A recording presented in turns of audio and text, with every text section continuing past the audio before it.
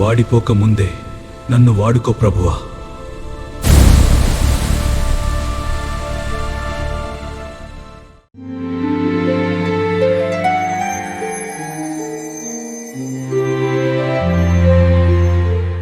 పరిశుద్ధుడు, పరిపూర్ణుడు, పాపులలో చేరక ప్రత్యేకింపబడిన వాడైన యేసుక్రీస్తు నామమున అందరికీ వందనాలు, దేవునికి స్తోత్రాలు. దేవుని యందు అత్యంత ప్రియమైన దైవ జనాంగమా, మీ అందరూ ప్రార్థనలో ఎదగాలని, వాక్యమందు వేరుపారి విశ్వాసమందు స్థిరంగా ఉండాలని అనునిత్యం మీ కొరకు నేను ప్రార్థన చేయుచున్నాను. అదేవిధంగా మీరందరూ కూడా నా కొరకు ప్రార్థన చేస్తున్నారని నమ్ముతున్నాను. దావీదు గారు అంటారు కదా, మనం చేసే ప్రార్థన వలన దేవుడు మనకు తోడుగా ఉంటారని కీర్తనల గ్రంథంలో దావీదు గారు వ్రాస్తున్నారు. మనం ఒకరికొకరు ప్రార్థన చేసుకోవడం వలన ఆ సర్వోన్నతుడైన దేవుడు మనకు తోడుగా ఉండి ఈ విశ్వాస యాత్రలో సులువుగా చిక్కులు పెట్టు పాపం నుండి మనల్ని తప్పించి ఆయన చెంతకు చేర్చుటక ఆయన తోడుగా ఉన్నారు.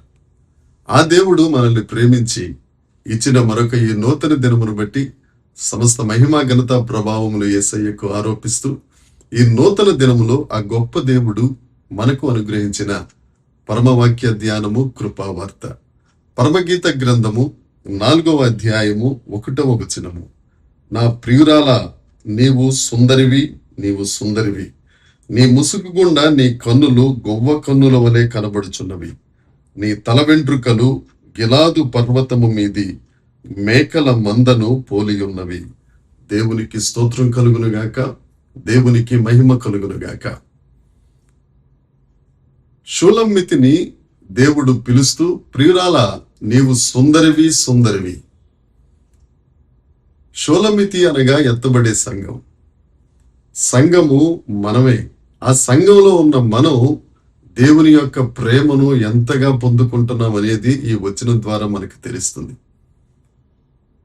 సంఘంలో ఉన్న మనము, సంఘము అంతా దేవుని యందు సౌందర్యం కలిగి, ఆత్మీయ సౌందర్యమును కలిగి దేవుణ్ణి సంతోషపెట్టే సంఘంగా ఉండాలని దేవుడు ఆశపడుతున్నారు.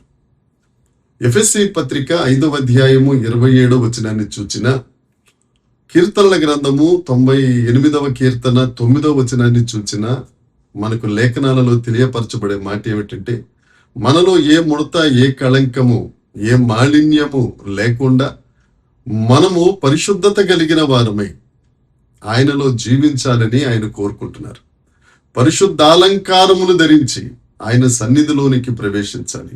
ఎందుకు అనంటే, మనము ధరించిన పరిశుద్ధత, మనము కలిగి ఉన్న పరిశుద్ధత అది ఆయన కోరుకొనదగినది గనుక మనందరము పరిశుద్ధులుగా ఉండాలి. ఆ పరిశుద్ధత ద్వారా ఆత్మీయ సౌందర్యము కలిగిన వారమై ఆయనకు ప్రియమైన వారిగా ఉండాలని దేవుడు కోరుకుంటున్నారు. ఆ కారణాన్ని బట్టి ప్రియురాల, సుందరివి, నీవు సుందరివి అన్న మాట దేవుడు పలికారు. నీ కన్నులు గువ్వ కన్నుల వలె నాకు కనబడుచున్నవి అని మనము ధ్యానవాక్యంలో చూడగలిగాం. గువ్వను గురించి మనం అనేక సార్లు ధ్యానించాం. మరలా దానిని ధ్యానించవలసిన పని లేదు అని నేను అనుకుంటున్నాను. అలాగే గువ్వకు సమానంగానే పావురమును గురించి కూడా కొన్ని గ్రంథాలలో, కొన్ని ట్రాన్స్లేషన్స్ లో ప్రస్తావించబడింది. పావురము కన్నులు ఎంత అందంగా కనపడుతున్నాయన్న ఆ లేఖన భాగాన్ని మనం వివరించుకోగలిగితే, పావురానికి ఉన్న మంచి లక్షణం అది పవిత్రమైనది, కలంకము లేనిది. ఆ పావురము నిష్కళంకమైన దానిని దేనిని చూడదు. దానికి ఉన్న గుణం అలాంటిది. లేఖనాల్లో గమనిస్తే నోవహు జలప్రళయం వచ్చినప్పుడు ఈ పావురమును గురించిన ప్రస్తావన మనకు లేఖనాల్లో కనబడుతుంది. ఆదికాండ గ్రంథం 6వ అధ్యాయం 8వ వచనం 9వ వచనం మనం చూడగలిగితే, జల ప్రళయము తగ్గిపోయిన తరువాత నోవహు కిటికీని తెరచి ఓ పావురమును బయటకు విడవగా ఆ పావురము మొత్తం అంతా సంచారము చేసి ఆ కాలు పెట్టడానికి, అరకాలు పెట్టడానికి కూడా స్థలము లేనందున తిరిగి మరల ఆ పావురము ఓడలోనికి వచ్చిన సందర్భం మనం చూడగలుగుతాం. జలప్రళయం వచ్చిన తరువాత భూమి పైన ఉన్న జంతువులన్నీ, మనుషులన్నీ మృతి చెందటము వలన ఆ మృతదేహములు నీటిపైన తేలియాడుతున్నాయి. ఆ అపవిత్రమైన మృతదేహాలను, ఆ వ్యర్థమైన మృతదేహాలను చూడడానికి కూడా ఇష్టపడని ఈ పావురం తన అరకాలు కూడా వాటి మీద మోపకుండా అది తిరిగి నోవహు దగ్గరికి ఓడలోనికి వచ్చేసినట్లుగా మనం గమనించగలుగుతాం.